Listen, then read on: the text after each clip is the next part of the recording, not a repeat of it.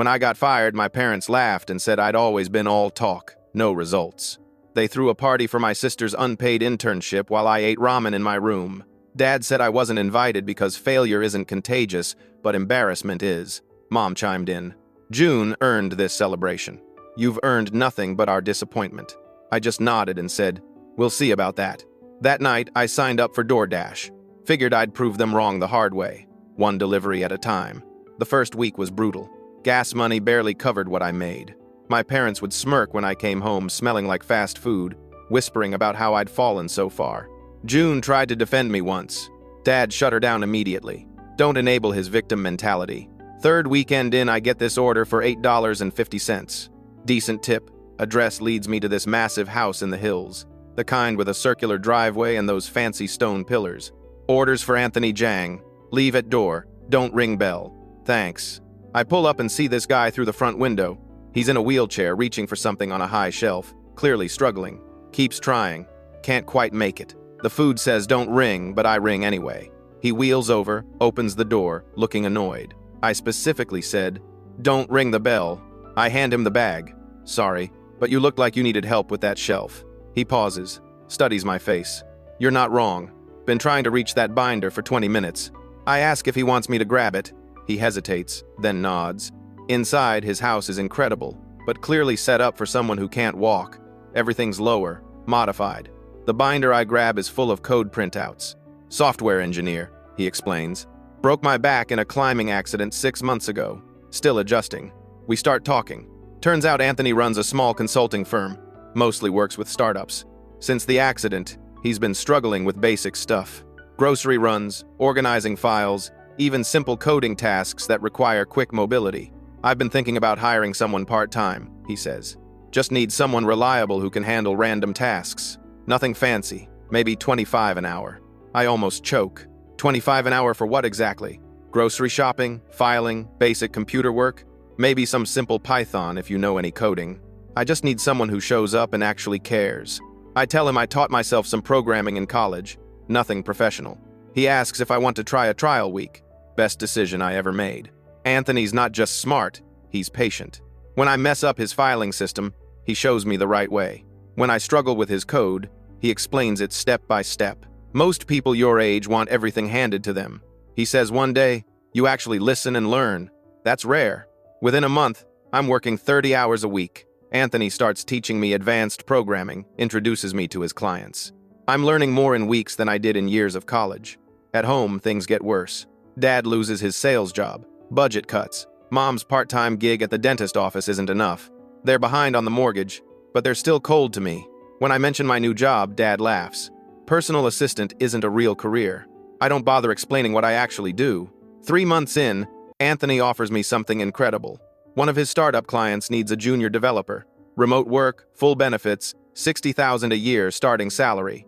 I recommended you, he says. Interviews next week. You've earned this. I nailed the interview. They hire me on the spot. 6 months after getting fired, I'm making more than my dad ever did.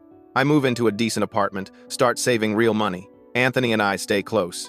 He's become like a mentor. Maybe the father figure I never really had. Then last week, everything changed. Dad calls me, voice shaking. We need to talk.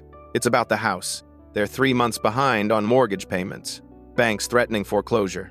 June's internship led nowhere. She's working retail now. We were wrong about you, Mom says when I visit. I'm about to leave when June grabs my arm. There's something about Anthony's accident you need to know. Mom tries to stop her, but June keeps talking. It wasn't a climbing accident. I watch the color drain from Dad's face. June's voice drops to a whisper. Dad was driving the other car. He's the reason Anthony's in a wheelchair. Insurance paid out, police never knew, and Anthony never saw who hit him. Dad's been paying him off for months to keep quiet. I turn to look at Dad. That's when I see the gun in his hand. Time stopped. Not like in movies where everything goes slow motion and dramatic. Just stopped. My brain couldn't process what my eyes were seeing. The gun was small, silver, one of those compact revolvers. Dad's hand was shaking so badly I could hear the metal rattling against his wedding ring. Put that down, I said. My voice came out flat, weird, like I was reading from a script. Dad didn't look at me. He was staring at the floor, at the worn carpet runner in the hallway. The one with the coffee stain from when June spilled her mug 3 Christmases ago. Mom was frozen by the kitchen doorway. June had my arm in a death grip. I asked you to leave it alone, Dad said. His voice was hoarse, broken. I asked everyone to just leave it alone. Mom found her voice first. Gerald, please, put that away. The kids don't need to see this. The kids. I was 24. June was 22. But Mom still called us the kids like we were toddlers who needed protecting from sharp corners. Does Anthony know? The question came out of my mouth before I could stop it. Does he know you're the one who hit him? Dad finally looked up. His eyes were red, wet. That's what the payments were for. The insurance settlement. I paid him everything, every penny. Sold the boat, cashed out my retirement, took out loans. He got his money. That's not what I asked, I said. June's fingernails were digging into my arm. She was whispering something. Might have been praying. Mom was crying now, those silent tears that she used to do during bad parent-teacher conferences.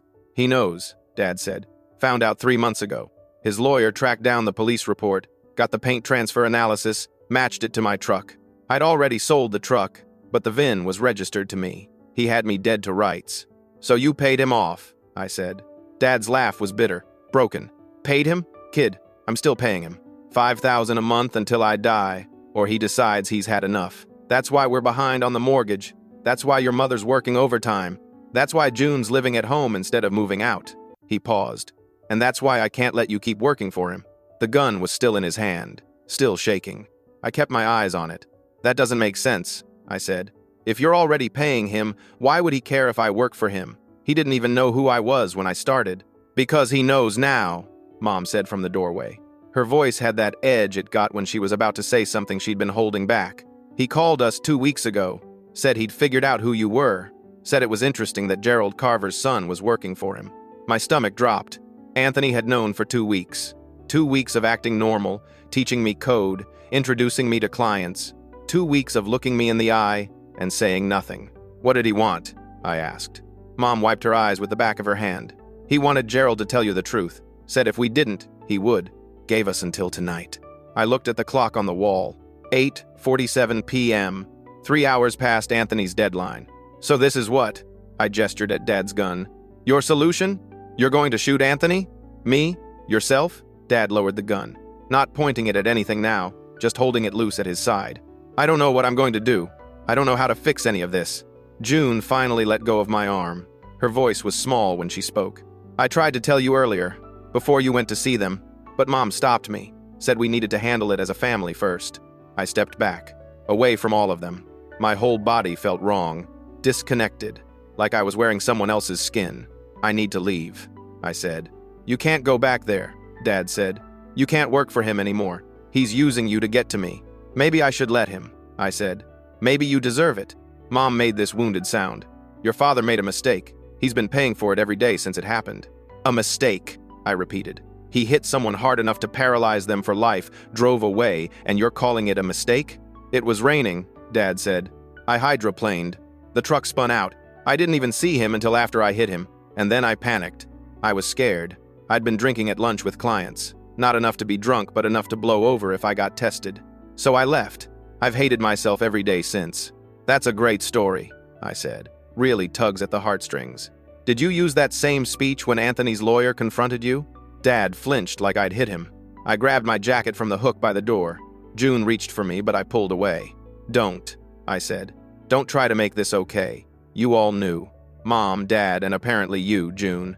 You all knew, and you let me walk into that house every day like an idiot. We were trying to protect you, Mom said. From what?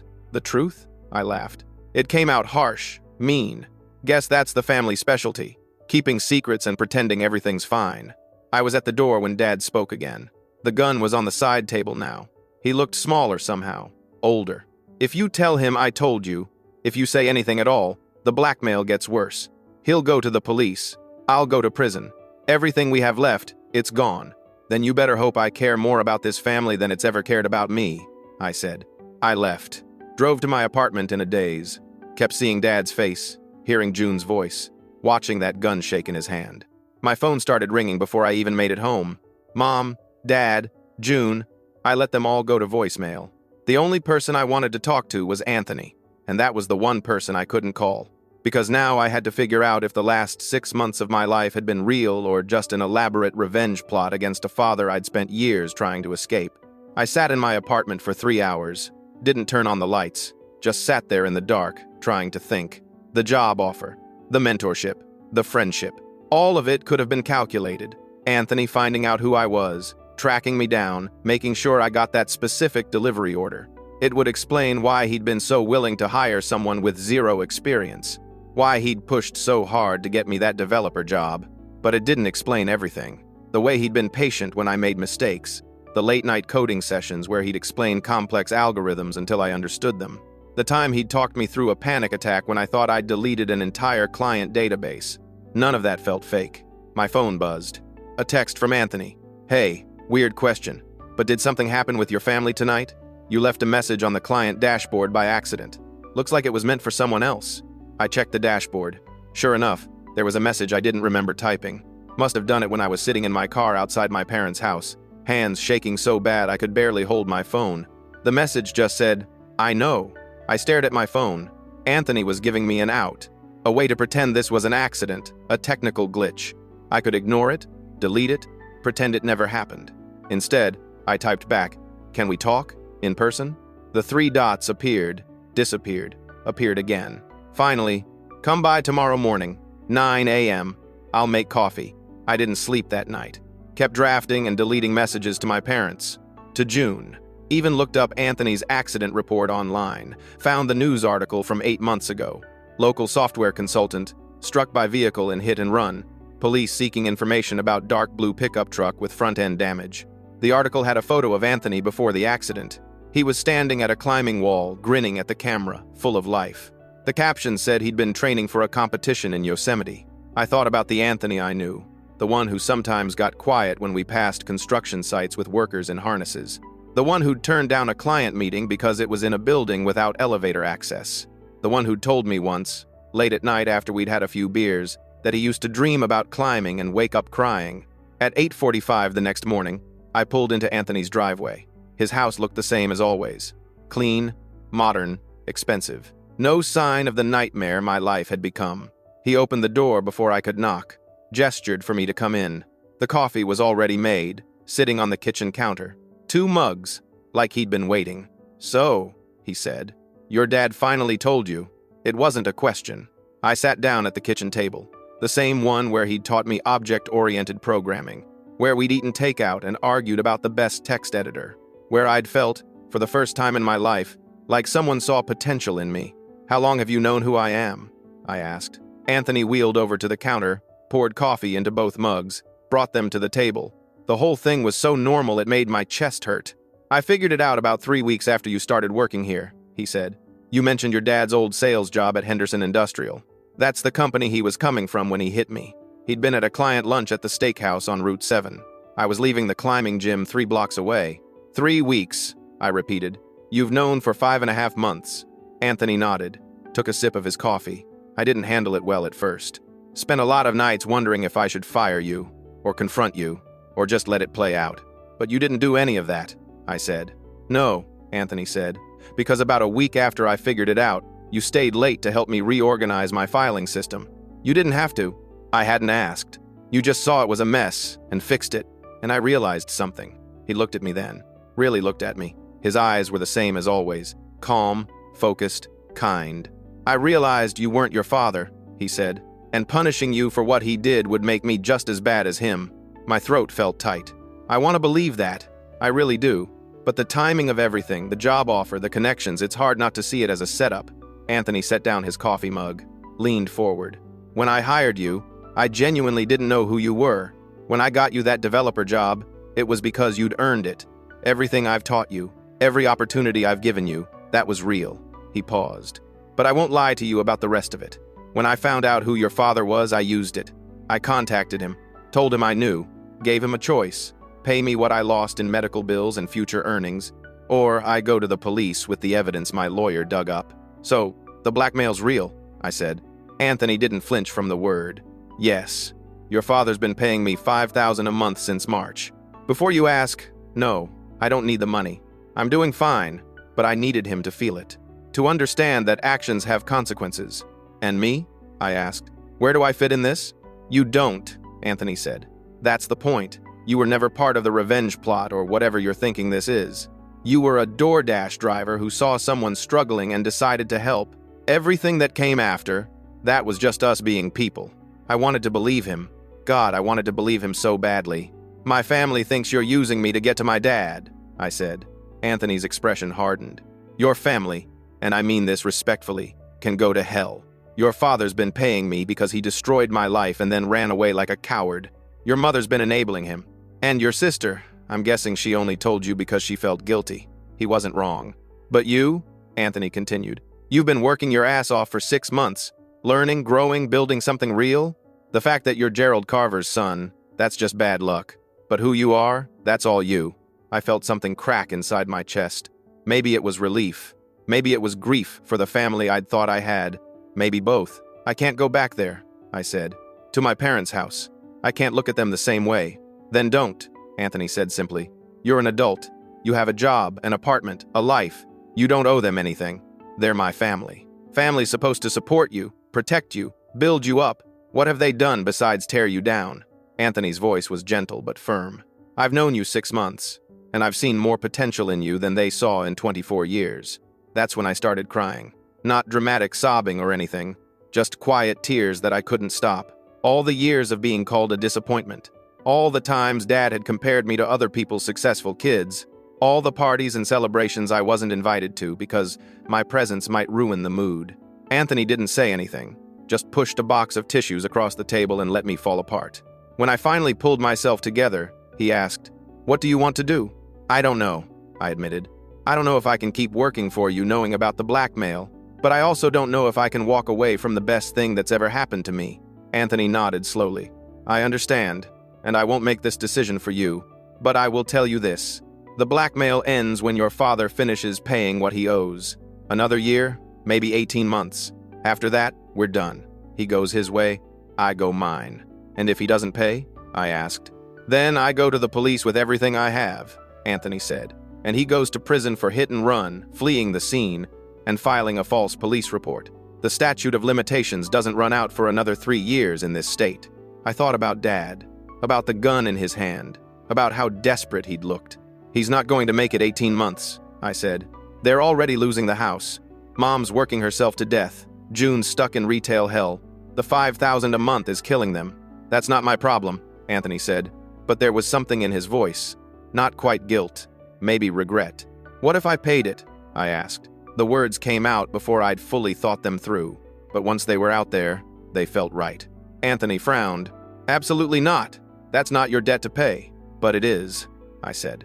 "Because every dollar you taught me to earn, every skill you gave me, every opportunity, that came from you. And you wouldn't be in that chair if it wasn't for my father. So let me do this. Let me make it right." Anthony stared at me. "You're serious." "Dead serious," I said. "How much does he still owe?"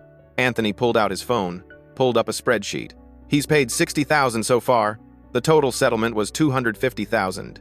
Medical bills, lost wages, pain and suffering, equipment and home modifications. So he's got $190 left."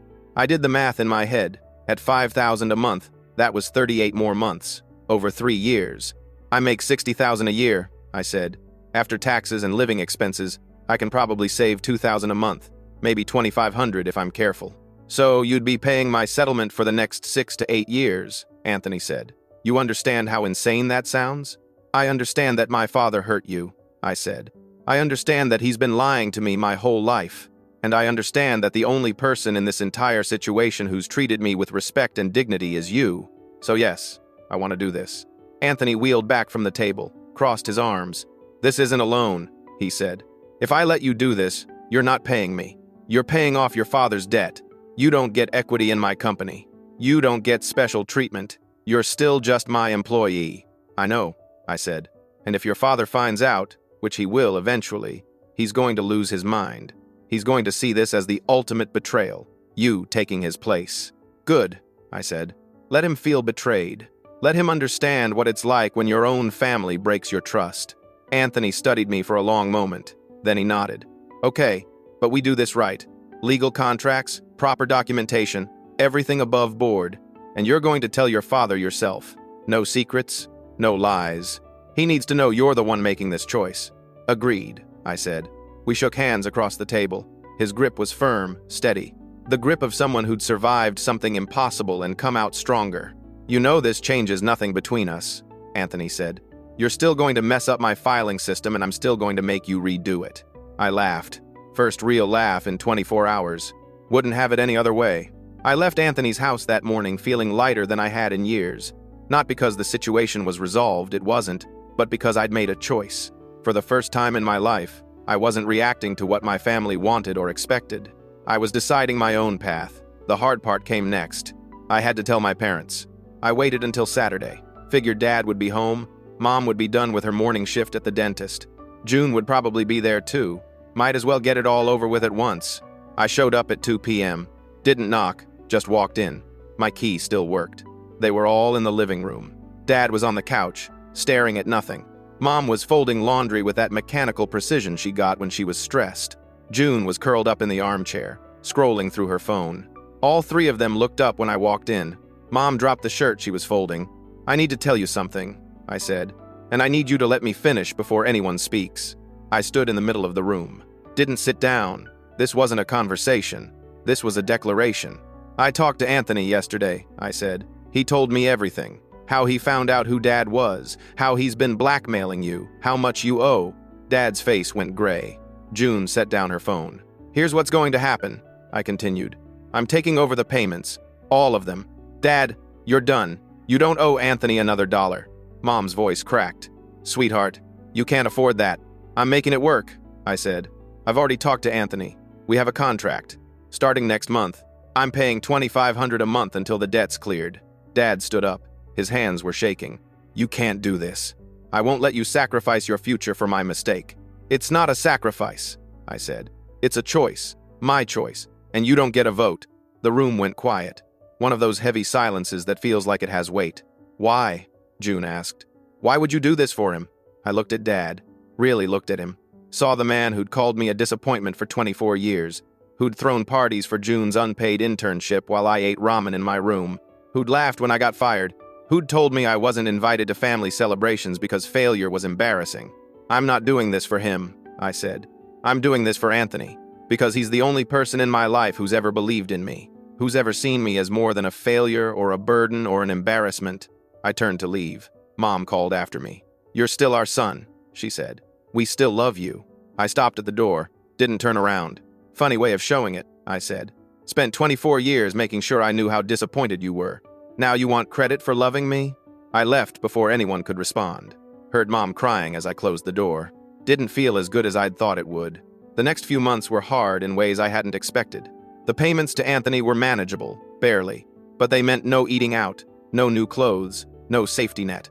I sold my Xbox, my bike, anything I didn't absolutely need. My parents tried to contact me.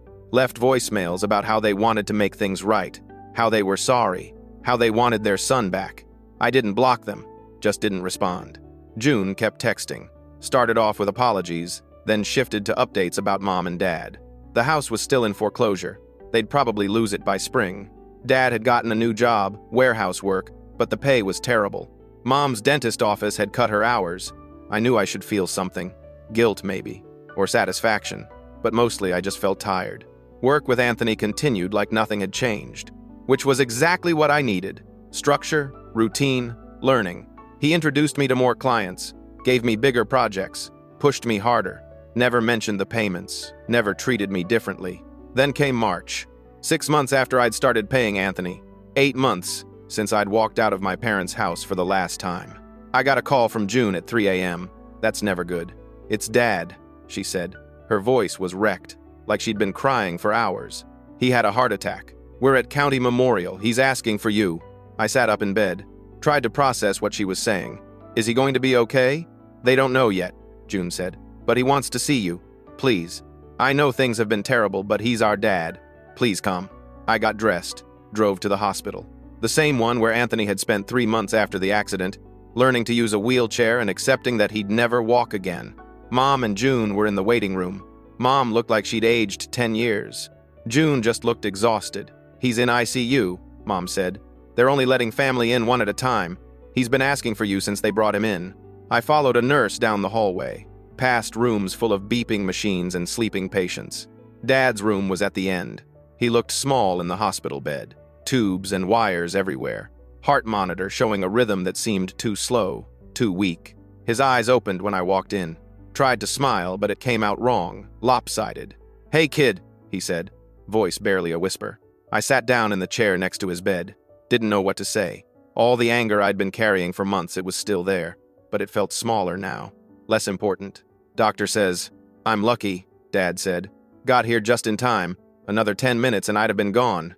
"That's good," I managed. Dad reached out with the hand that wasn't hooked up to an IV. I took it. His grip was weak, trembling. "I'm sorry," he said, "for everything. For how I treated you. For the accident. For being too proud and too stupid to make things right before it came to this." I squeezed his hand. "Okay, I don't deserve your forgiveness," Dad continued. "Don't deserve you taking on my debt. Don't deserve a son who's better than I ever was. But I'm grateful. God, I'm so grateful you turned out nothing like me." Something in my chest loosened. Not forgiveness exactly, but maybe the beginning of it. We sat there in silence for a while, just holding hands while machines beeped and nurses passed by in the hallway. "Anthony Jang," Dad said eventually. "He could have destroyed me. Could have sent me to prison. Ruined what's left of our family. But he didn't. Because of you. Because you paid the price I couldn't pay." "I didn't do it for you," I said. "We've been over this." "I know," Dad said. "You did it for him.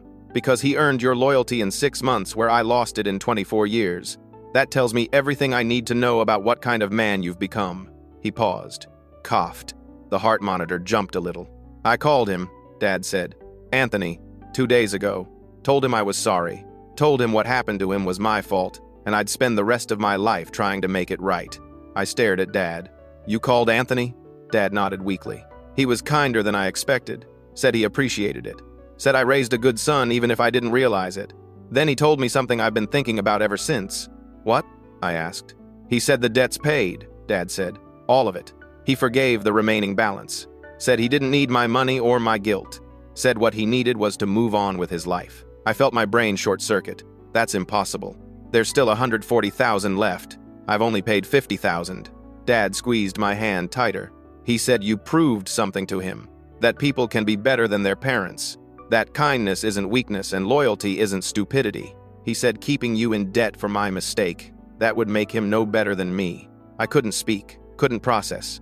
Just sat there while everything I'd planned for the next 5 years evaporated. "So that's it?" I finally asked. "We're done? The blackmail's over?" "It's over," Dad confirmed. "And I'm going to be okay. Doctors say if I change my lifestyle, lose weight, manage stress, I've got years left. Years I plan to spend being a better father. If you'll let me." I thought about everything that had happened. The delivery order that changed my life. Meeting Anthony.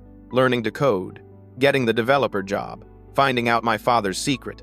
Taking on his debt. All of it. "We'll see," I said. "That's all I've got right now. We'll see." Dad nodded. "That's fair. That's more than fair." I stayed for another hour. Talked about nothing important. The weather, June's new job at a better retail store, Mom's quilting hobby, safe topics. Building blocks for something that might eventually look like a relationship. When I left, June was waiting outside Dad's room. She hugged me hard, didn't let go for a long time. "Thank you," she whispered, "for coming, for being here, for being better than all of us." "I'm working on it," I said. I drove straight to Anthony's house. It was 7 a.m. Didn't care. Rang the doorbell until he answered. He was in his wheelchair, still in sweatpants, looking confused and slightly annoyed. "We need to talk," I said. Anthony gestured me inside. I followed him to the kitchen. Same table, same chairs. Different conversation. "Dad told me what you did," I said, "about forgiving the debt." Anthony poured himself coffee. "Didn't offer me any this time." "Yeah, I figured he would." "Why?" I asked. "Why give up that much money?" Anthony took a long sip, studied me over the rim of his mug. "Because I realized something. The blackmail wasn't making me feel better. It wasn't giving me my legs back. It wasn't fixing what your father broke. It was just making me bitter." He set down the mug. "And then I watched you work yourself to exhaustion trying to pay off someone else's debt. Watched you sacrifice everything to make right a wrong you didn't commit. And I thought, what the hell am I doing? This kid's destroying his life because I wanted revenge." "I'm not a kid," I said automatically. Anthony smiled. "No, you're not. You're a better man than most twice your age, and you deserved better than being trapped in your father's mistakes." "So, what happens now?" I asked. Now you take that $2,500 a month and you save it, Anthony said. Start an emergency fund. Invest it. Build something for yourself. And you keep working for me. Keep learning. Keep growing. Unless you don't want to anymore. I sat down across from him. Of course I want to keep working for you. You're the best boss I've ever had. I'm the only boss you've ever had, Anthony pointed out. Fair, I admitted. We talked for another hour. About work, about life, about the strange series of coincidences that had brought us together. About how sometimes the worst things lead to the best things, even when you can't see it at the time. When I finally left, Anthony said one more thing. Your father and I, we're not friends. Probably never will be. But I don't hate him anymore. And maybe that's enough. Maybe that's enough, I agreed. Life moved on. Dad recovered from his heart attack, started going to cardiac rehab, lost 40 pounds, actually smiled sometimes. Mom cut back her hours at the dentist office, started seeing a therapist to work through her own stuff. June got promoted to assistant manager at her store, enrolled in community college part-time.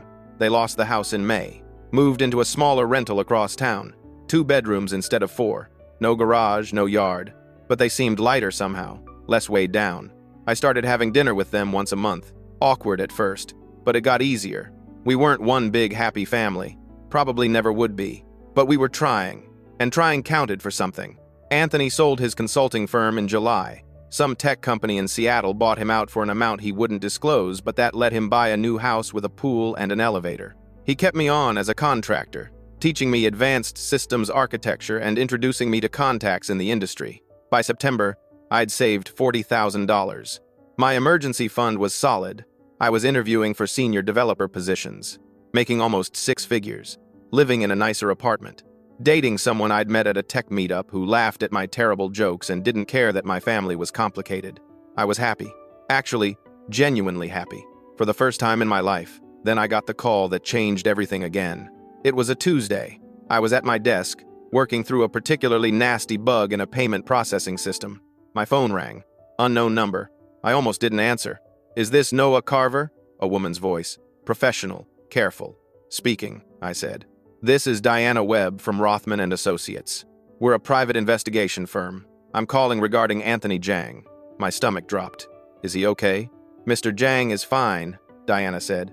But he's hired us to look into the circumstances of his accident. We've uncovered some new information that he thought you should know about. What kind of information? There was a pause. I think this conversation should happen in person. Are you available to meet this afternoon? Mr. Jang has requested you be present for the briefing. I met Diana and Anthony at a law office downtown, one of those sleek glass buildings that screamed money and power. The conference room had a view of the entire city. Diana was in her 50 seconds, salt and pepper hair pulled back in a tight bun. She had a folder thick with documents. Anthony was already there, looking tense. Thank you for coming, Diana said once we were all seated. I'll get straight to it. We've been investigating Gerald Carver's accident report, cross-referencing it with traffic cameras, witness statements, and vehicle registration records. I glanced at Anthony. He wouldn't meet my eyes. And? I asked. Diana opened the folder. And we found discrepancies. Your father claimed he was returning from a client lunch on Route 7, but traffic cameras show his truck coming from the opposite direction. Cell tower pings put his phone near Reston Lake at the time of the accident. Where's Reston Lake? I asked. About 15 miles from where the accident occurred, Diana said. We did some digging into why he might have been out there, found some interesting connections. She slid a photograph across the table. A woman, late 30s, blonde hair, pretty in a generic kind of way. This is Teresa Vance, Diana said. She was renting a cabin on Reston Lake 8 months ago. Cell phone records show she was in frequent contact with your father in the months leading up to the accident. I stared at the photo. Who is she? Anthony finally spoke. She's the reason your father was distracted when he hit me. He was texting her while driving. The accident reconstruction shows his truck never even tried to brake, because he was looking at his phone instead of the road. I felt sick. Dad wasn't just guilty of hit and run. He was guilty of distracted driving, while having an affair. Does Mom know? I asked. Diana shook her head. Not yet. We wanted to brief you and Mr. Jang first. The question is what you want to do with this information. I looked at Anthony. What do you want to do with it? Anthony's jaw was tight. Honestly, part of me wants to go to the police. Show them everything. Make sure your father faces real consequences, not just financial ones. But you're not going to, I said. Because if you were, you wouldn't have invited me here first. Anthony sighed. You're right. I'm not going to the police. Because you paid $50,000 of your own money to clean up your father's mess. Because your family's been through enough. Because revenge stops being satisfying when you watch it destroy people you care about. He slid the folder toward me. So I'm giving you the choice. You can take this to your mother. You can confront your father. You can do whatever you think is right. Or you can burn it all and let sleeping dogs lie. I picked up the folder, felt the weight of it. All those documents, all that evidence, all that truth. Can I think about it? I asked. Take all the time you need, Diana said. These are copies. We'll hold on to the originals for now. I left the law office with the folder under my arm, drove home, made dinner, watched TV, went to bed. The folder sat on my coffee table, unopened. I thought about what it would mean to tell Mom, how it would destroy what was left of her marriage, how Dad's heart might not survive the stress, how June would be caught in the middle of another family crisis. I thought about what it would mean to burn the evidence, to let Dad keep his secret, to be complicit in his lies. Neither option felt right. Both felt like betrayal. Of someone. Of something. 2 days later, I called Dad. Asked him to meet me for coffee. He suggested the diner near his new place. I agreed. He was already there when I arrived, sitting in a booth by the window. He'd lost more weight, looked healthier than he had in years. Almost happy.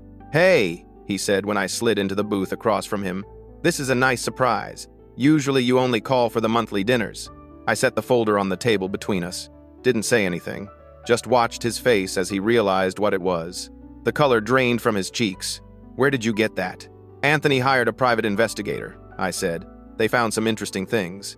Things you didn't mention when you told me about the accident.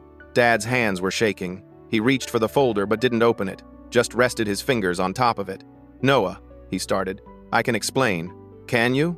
I asked. Can you explain why you were texting your mistress when you hit Anthony? Can you explain why you lied about where you were coming from? Can you explain why you let me believe the accident was just a moment of panic when it was actually the consequence of months of cheating on Mom? Dad closed his eyes. How much does she know? Nothing, I said. This is a copy. The original's with the investigator. And that's why I'm here.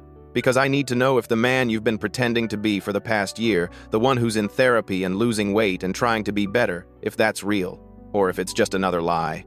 Dad opened his eyes. They were wet. It's real. Everything I've done, the changes I've made, that's real. The affair ended the day of the accident.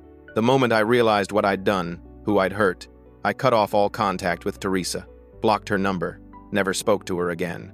Does Mom know you were having an affair? I asked. No, Dad said. And it would kill her to find out. She's finally starting to trust me again. We're rebuilding, if she knew. He trailed off, but we both knew how that sentence ended. If she knew, it would be over. 26 years of marriage, gone. I took the folder back, held it in both hands. The truth, heavy and ugly and complicated. I'm not going to tell her, I said. But not for you, for her, because she deserves some peace after everything you've put her through. Dad let out a breath he'd been holding. Thank you. But, I continued, you're going to do something for me. You're going to take that $50,000 I paid Anthony and put it in a savings account for Mom, in her name only, so that if she ever does find out and leaves you, she has something to start over with. Dad nodded. I can do that. And you're going to stay in therapy, I said. You're going to keep being the father you've been trying to be. Because if I find out you've lied again, cheated again, hurt this family again, I won't hesitate. I'll take everything I know to Mom myself. Understood, Dad said. I swear, I'm done being that person. I'm done hurting people. I stood up, left money on the table for coffee neither of us had touched. Picked up the folder. I hope you mean that, I said.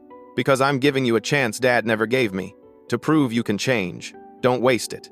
I walked out of the diner, got in my car, drove to Anthony's house one more time.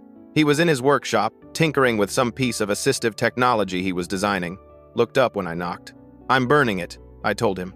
The folder. All of it. I need to know if you're okay with that. Anthony set down his tools. Why? Because my family's been broken long enough, I said.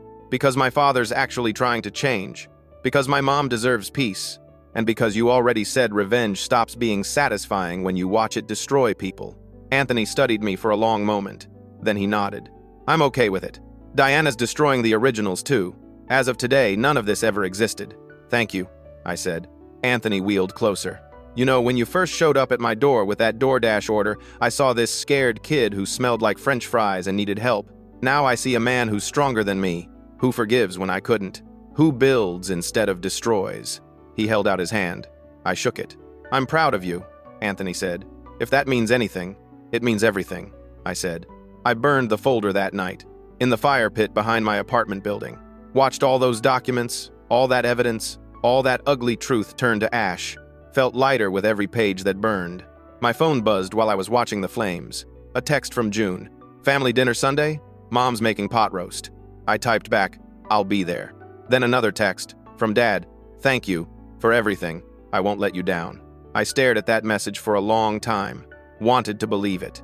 Wanted to believe people could change, families could heal, mistakes could be forgiven. Maybe they could, maybe they couldn't. But I was going to give him the chance to prove it. Because that's what good sons do, even when their fathers don't deserve it, even when it would be easier to walk away, even when forgiveness feels impossible. They show up, they try, they hope for better. And sometimes, if you're lucky, that's enough. 6 months later, I'm writing this from my new office. Senior developer at a startup that's actually going somewhere. Stock options, full benefits, corner desk with a window. The kind of job my parents told me I'd never get. Dad's been sober for 8 months. Not from alcohol, he never drank much, but from whatever poison was in his system that made him cruel. He calls me every Sunday, just to check in, just to say hi. It's awkward still, probably always will be, but it's something. Mom started her own business, quilting, of all things. Sells custom pieces online, making decent money. She laughs more now, seems lighter. I don't know if she's happy exactly, but she's surviving, and survival's underrated. June got into a 4-year university, business degree. She's terrified and excited and calls me twice a week with questions about student loans and course schedules and whether she's making the right choice. I tell her yes every time, because someone needs to believe in her the way Anthony believed in me. Speaking of Anthony, he sold another company last month, some AI accessibility startup. He's basically retired now, spends his time mentoring young developers and working on adaptive technology. We still meet for coffee every other week, still argue about text editors, still make terrible programmer jokes that no one else laughs at. He's dating someone, a physical therapist he met at his rehab center. She's sharp and funny and doesn't take his bullshit. They're good together. And me? I'm okay. Actually okay. Not pretend okay or getting by okay, but genuinely, surprisingly okay.